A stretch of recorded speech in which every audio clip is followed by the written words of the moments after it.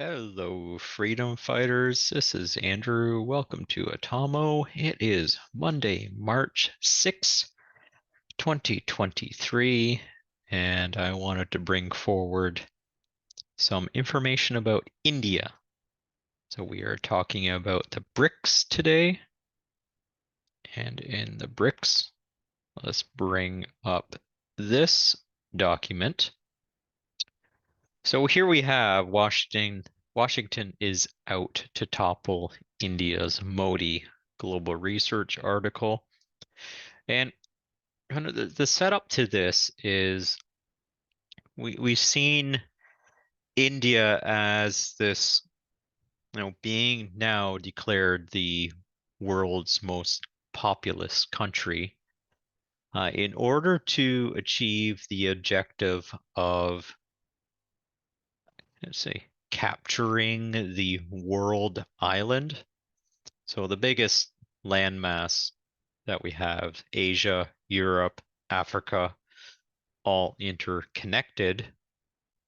And the play here is that, you know, the group that controls this global island is a group that is going to have a significant seat in power. So if we think of this from a Game of Thrones perspective, that, well, who's going to be sitting on the Iron Throne?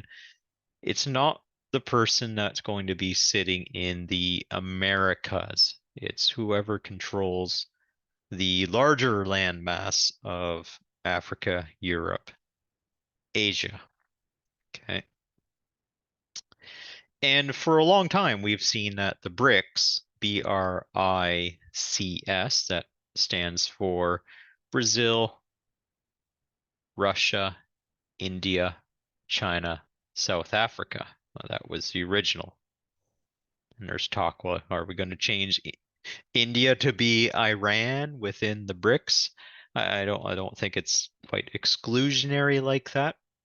But what we need to look at is, well, what are the plays that are coming to light at this point? So let's take a look at right now we have India-Russia ties. So Russia, look at the bold text here. Russia is now the biggest supplier of crude oil to India, overtaking Iraq and Saudi Arabia. So for the work that Russia is doing right now, they need to maintain some receipts coming into their country. And by receipts, I mean, okay, well, what's the trade balance or imbalance that is materializing? Russia has a lot of energy resources that they can share to the world.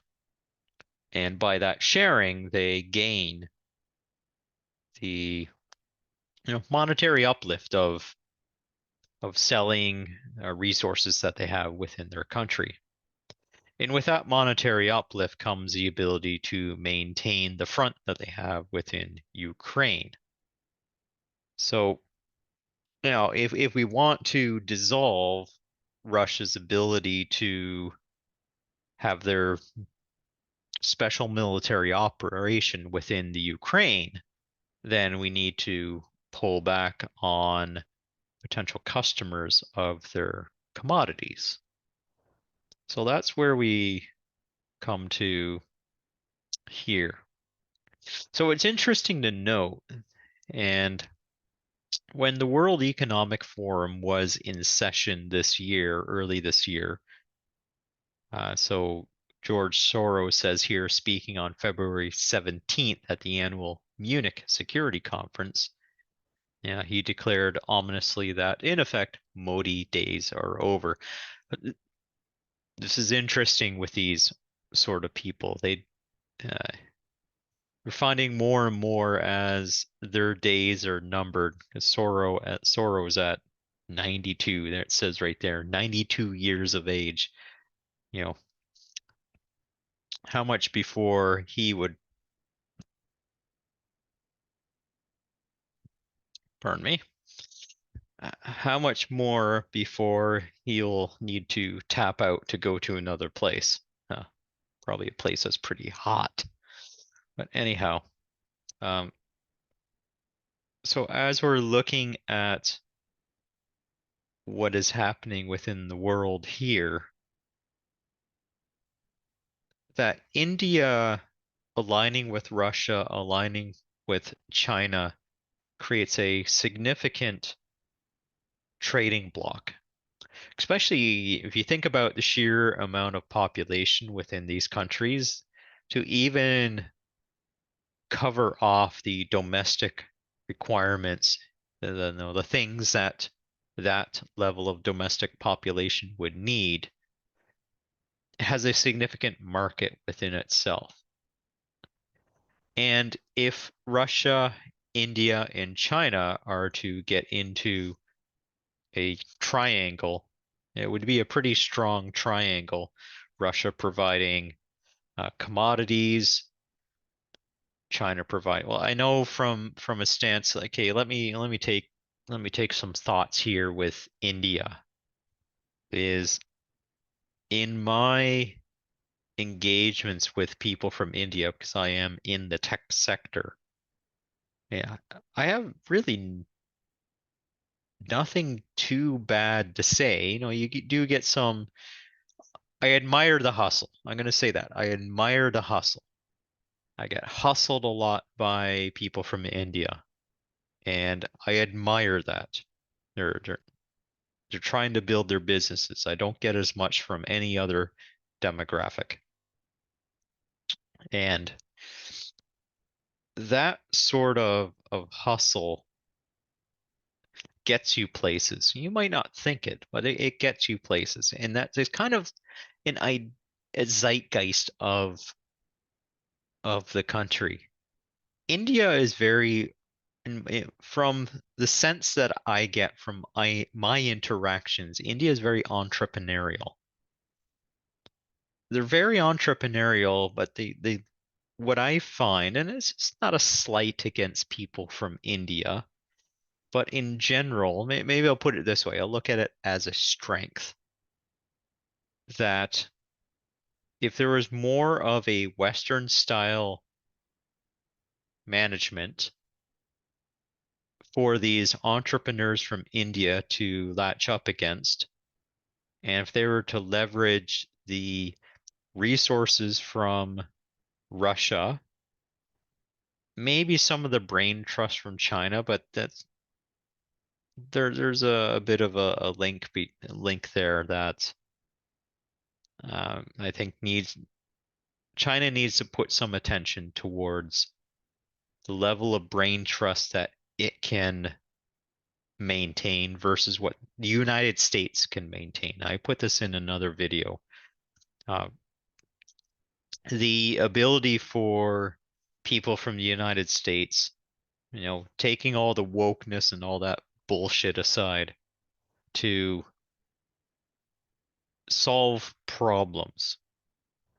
USA is bar none the country that can really solve problems. They're very, very good at it. Um, I would say a good second place would be Europe, but sometimes, you know what? Pardon me, Europeans, but sometimes their head is so far up their ass that they don't know how to take a step back and even assess themselves and assess the situation they're in. But with some of the good grassroots Americans, you can bring some critique forward to them. They'll take a step back and think about, oh yeah, okay, great, I understand that, and then figure out a way to pivot beyond that. And that's what I really like about working with, the good salt of the earth Americans. And then from there, they just thrive. So in order to start knocking down one of the, you know, sides of the triangle, you have George Soros here. Okay. And here I am talking about some of the goodness that America bring forward. There's always going to be poison pills within any system. George Soros being one of those, because he's got a chip on his shoulder. This dude would need a right spanking. Um, you would think that, I'd really want my team to win. My team being, the USA. I'm from Canada, but I know I want to see the USA win, but in a way that it's not US hegemony winning. It's more of we can outthink you, we can outproduce you, we can out tech you. So they can, using a video game technologies, they could tech up faster than any other country. And it's true right now. If enough of this wokeness gets hold, that's going to be different. But if we can hold that for now, then we're in a good place. Okay. So in the article here, it talks a lot, and I talked to, you need energy, and I talked about this before. You need energy. You need a financial stream. Then there's some problems to solve. And if you got a good cheap energy and you got a good financial stream, then it's just bringing the brain trust to bear on the problem. Will really get you far, extremely far as a country. Well, then, why isn't Russia extremely far ahead? Well, they just don't have the brain trust. And I think it's something that there's been a huge brain drain in Russia because they just don't pay what, if you got, I work with a lot of tech people, and there's phenomenal tech people that come from Russia and in Eastern Europe in general. It's just they can make a lot of money coming here to the collective West. They bring a skill set with them that is just awesome, which I think, and here's a call out to Russia, Eastern Europe, and other countries is you better take care of your brain trust. You don't take care of your brain trust, it's going to go where it's treated best, just like money. Money will go where it's treated best as well. Okay.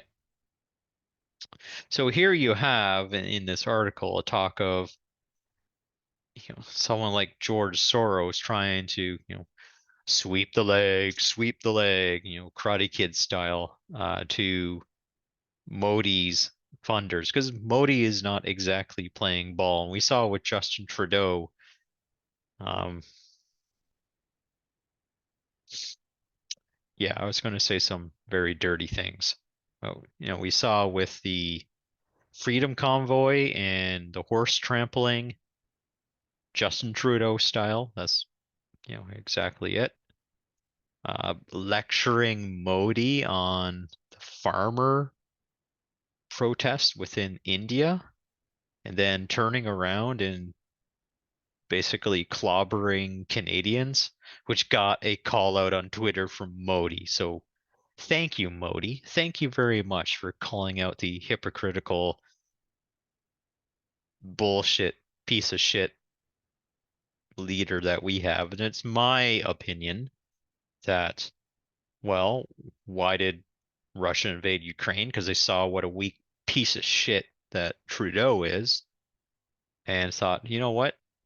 We're seeing a fungus just basically molding up the White House down in the USA, and every other horse face prime minister, bureaucrat, president within the collective West basically sucking on the teat of the COVID narrative from Davos. And so Russia's like, these people are weak as, you know. So we went for it. Yeah, Justin Trudeau were to show a little bit more spine, I would think that Russia wouldn't have gone for it. But basically, that basically sealed the deal. Collective West is a bunch of ninnies, so Russia went for it. Now, so the story here to India is, Soros is going to come for you, and depending on the level, he's going to deploy NGOs, non-governmental organizations, to do his bidding. And if the legal structures within India do not allow that sort of entity to come to be and to start to manipulate what's happening within India, then you'll have some insulation against what this piece of shit wants to do. So yeah, I don't like globalism.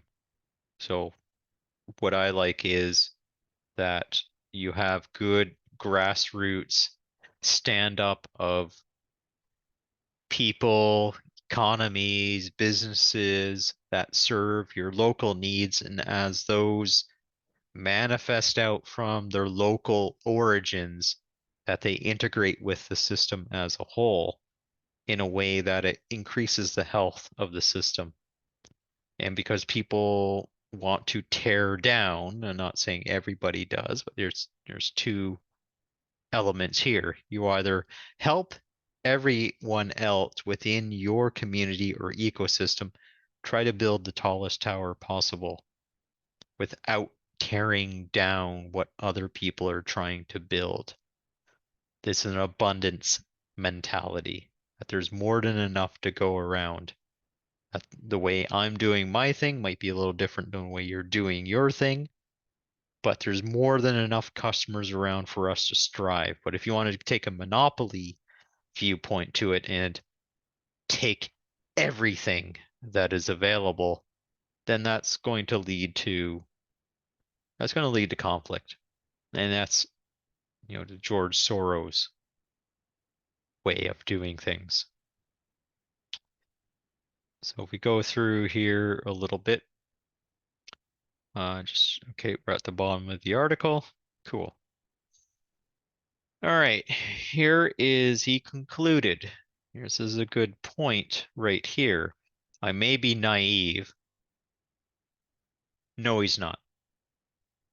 But I expect a democratic revival in India. This is shorthand. This is Soros shorthand for I'm going to create some opposition here, and come hook or crook, I'm going to create some opposition here.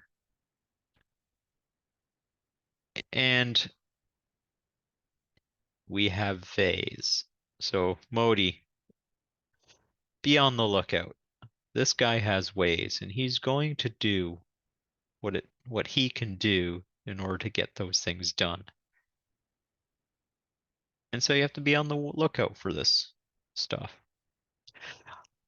I don't know if Modi is the greatest, most shining example of goodness in India, but sure to heck, Soros is not the goodness in India that you want. Okay. Thought I put that forward to you. I'll link the article. India, be careful. What we want here, the miracle that we want here is have a diversified global group of people, group of entities, organizations, countries, providing their opinions into the world debate structure without resorting to things like having a one to rule them all globalist cabal. We do not want that. We want, of all the talk that they have about diversity, you want to have organizational diversity within your institutions, organizations, within your countries. Without it, you kind of fall down to licking the boots of the people who own you.